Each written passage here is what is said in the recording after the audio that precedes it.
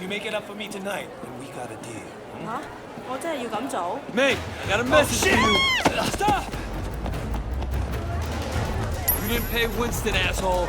Fuck you! All the fun out of New Year's. You know that?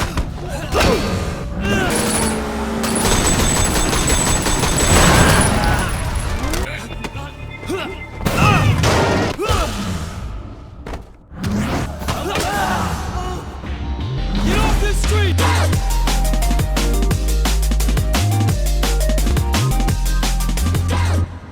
Hello everyone, this is Andrew from Adamo Gaming, and in today's video game review, I'm going to be taking a look back at Sleeping Dogs, the definitive edition. The original version was released on older platforms such as the PS3 and Xbox 360 back in 2012, but in this edition, which released in 2014, you'll get graphical improvements, some gameplay tweaks, and all of the DLC. With all of this content combined, you can get up to around 40 hours of game time if you are a completionist, as there are over 50 achievements to unlock. Let me flex real quick. Victory. But anyways, I'll be breaking this game down, going through what you can expect from the campaign, side activities, the DLC, and some problems I had whilst playing. But before anything, let me give you some backstory into this review. The story of Sleeping Dogs involves the main protagonist, Wei Shen, a Chinese-American undercover cop. Wei had an upsetting past during his childhood. He originally lived with his mother and sister in Hong Kong, but moved to America over gang and drug-related issues. Although he did very well in school, Wei was very violent, but this was overlooked due to his good grades, expertise in Asian gang culture, and physical capabilities. This got him enrolled into the police academy to then go on to join the Anti-Tong Task Force, which investigates triads in Hong Kong. A red pole from the Sun On Yee triad, Dog Eyes, introduced Wei's sister, Mimi, to drugs, which caused her to overdose. And to make matters worse, this led to his mother committing suicide as well. Oh, Mimi. Oh, yeah. First girl ever sucked my cock. Yeah, so what? Wei's your brother. And I was the first guy who ever stabbed you. You remember me now? Whoa, Wei, what the fuck, man? Seriously, Wei? I apologize. I'm really sorry. Your sister blew me. Damn. Man, F in the chat for Wei, man, he's been through it. That's a sad backstory. And he's still getting clowned for it, my days. Anyway, after getting arrested for failing an undercover assignment, Wei meets two people in jail that we'll see quite often, Jackie Ma and Thomas Pendrew. Jackie is an old childhood friend who not only respects Wei, but recognizes his strength and wants to introduce him to the Sun On Yee. Although Thomas isn't as special as Jackie, he still insists on capitalizing on Wei's desire for revenge, to use his skills to infiltrate the triad. It could turn into a vendetta. Raymond, Wei Shen is perfect for this job. I can't lie, the story resembles a popular anime, if you know you know.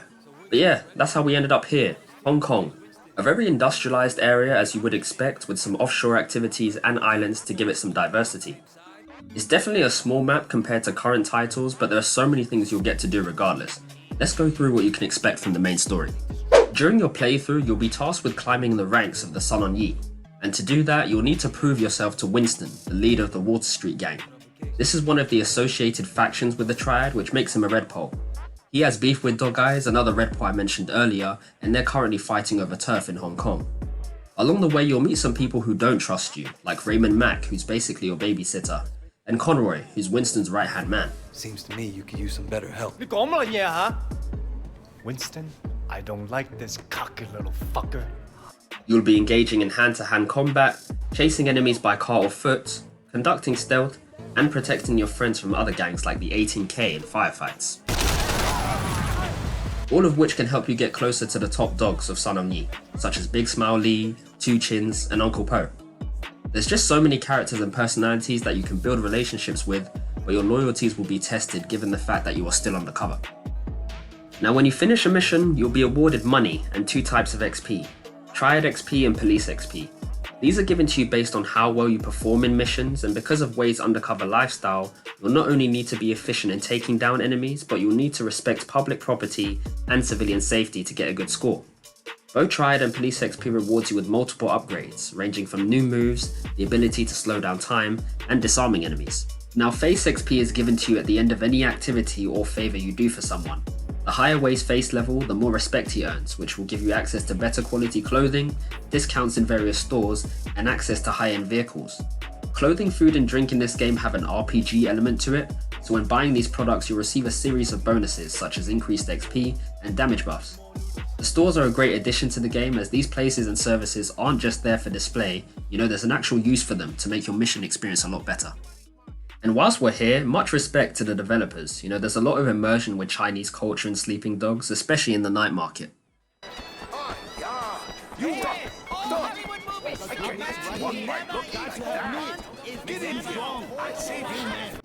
At some point, Wei will also receive a phone with multiple uses, such as looking at case files for characters you've met. You'll also be using it to hack into other devices, which gives it a similarity to the Watch Dogs games. But alongside that, Wei's got some traditional methods too, like lockpicking. Some missions will entail unique interactions with NPCs as well, in a sense that some will behave in an unexpected fashion, such as diving out of your car in fear. That should cover my debt. Don't hurt me. I'm sorry. Wasn't gonna do anything that bad. Or just being downright annoying. Hey, yeah, you! Hey, get the hell out of the way.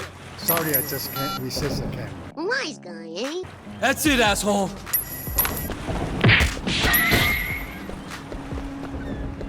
Did it hurt? Sue me. Don't get me wrong, you can have some hilarious interactions with NPCs because most of them have a mind of their own due to poor coding. Like paramedics struggling to get to a crime scene and then just forgetting anything happened. Some will just continuously insult you.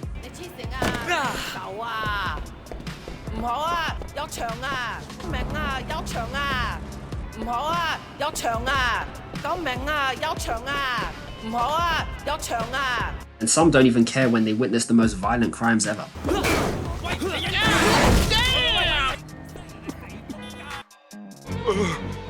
He's just standing there, menacingly. Wei bugs out from time to time as well, and on some occasions it can actually get you killed.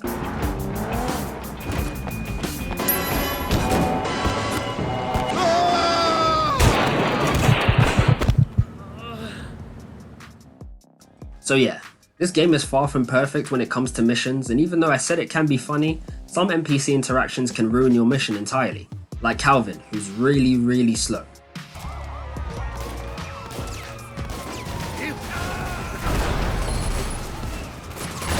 What the f is this game about? What is it about? Missions can also fail due to misinputs. Now I'm not sure if this is on my end or the game's end, but at times I'll press one button and it will do the complete opposite of what I anticipated, like killing people when I was supposed to arrest them.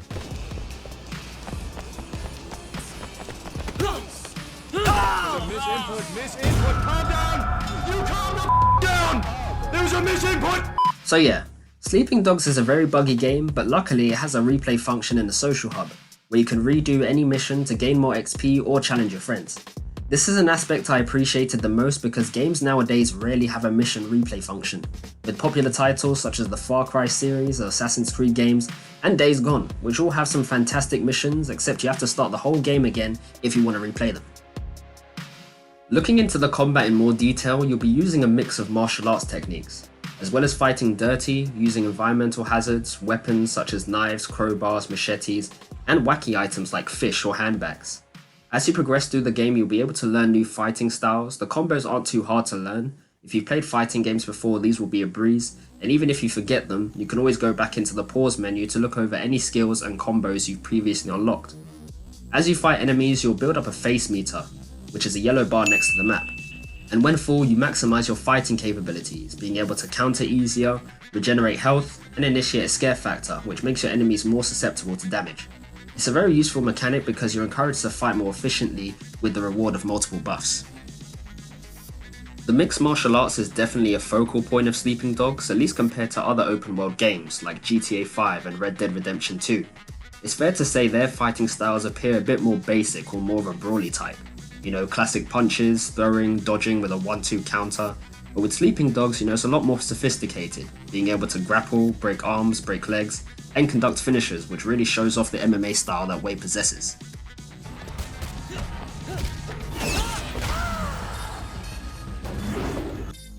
Although I did find one game that adopts a similar fighting style.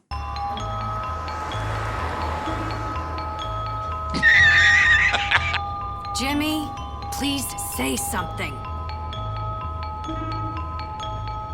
Yes, I'm talking about Rockstar's Bully that released in 2006.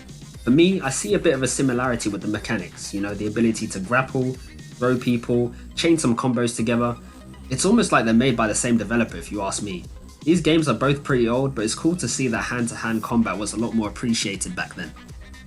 You'll also encounter different types of enemies in Sleeping Dogs. They don't all look and fight the same, and in large groups they can be a bit problematic. So you're encouraged to be patient and defensive at times to change the flow of your playstyle, which I liked a lot. The ranged combat on the other hand is decent. You'll be able to use a variety of weapons, pistols, shotguns, SMGs, and even grenade launchers.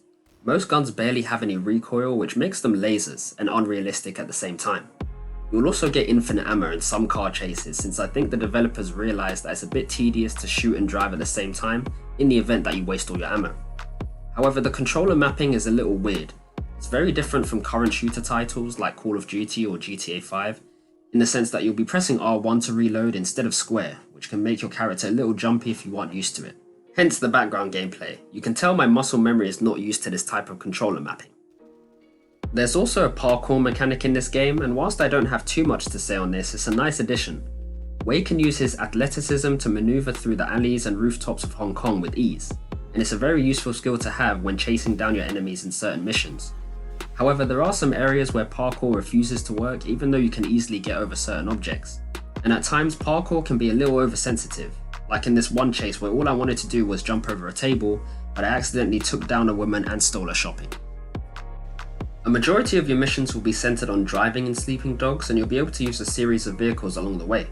Boats, motorcycles, sports cars, armored trucks, and even a Batmobile of sorts.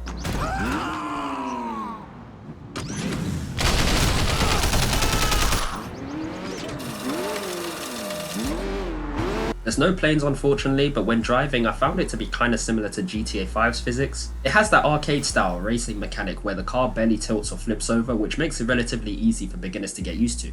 Oh yeah, did I mention you can hijack cars whilst driving? It's a unique aspect that a lot of games these days don't allow you to do. You'll have to be careful when shooting and driving at the same time, as cars easily blow up in this game, and if you aren't paying attention to the road, it can most certainly cost you the mission or your life. Jesus is Lord!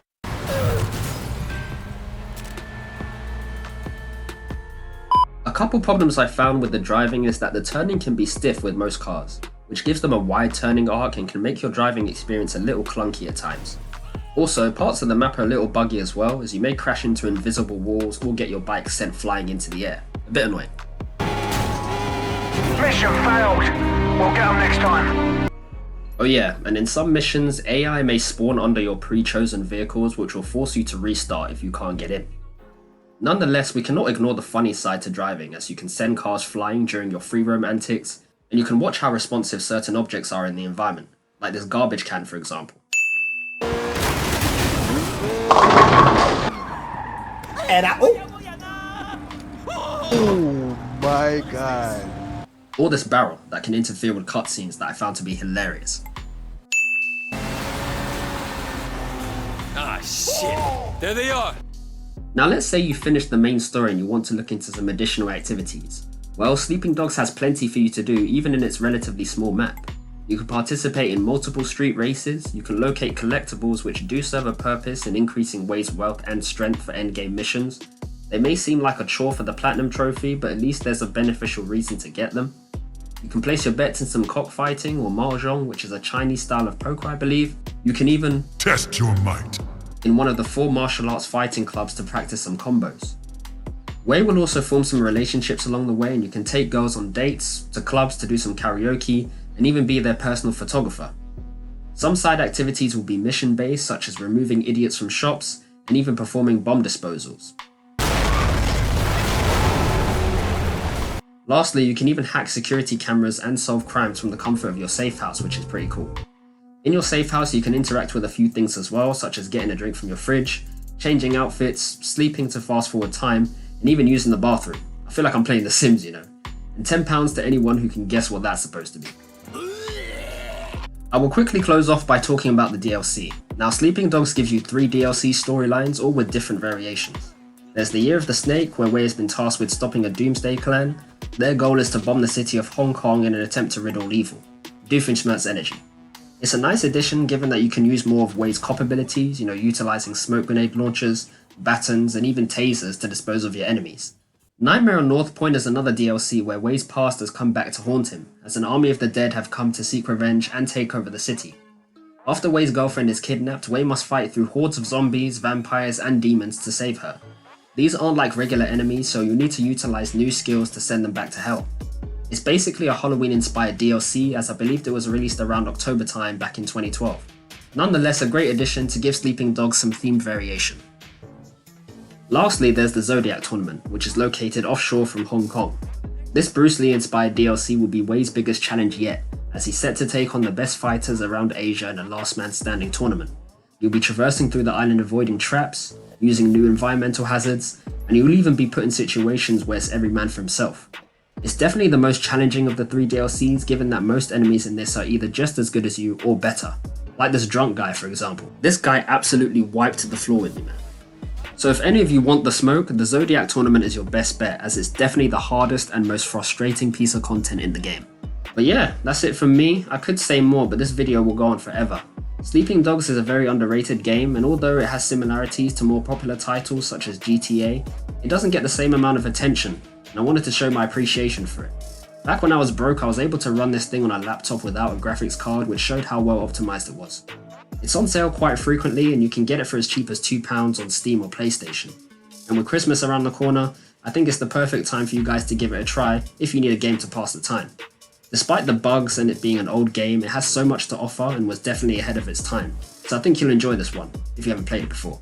But anyways, it's been Andrew from Adamo Gaming. Hit the like button and subscribe if you want to see more from our community. Take care and see you all next time.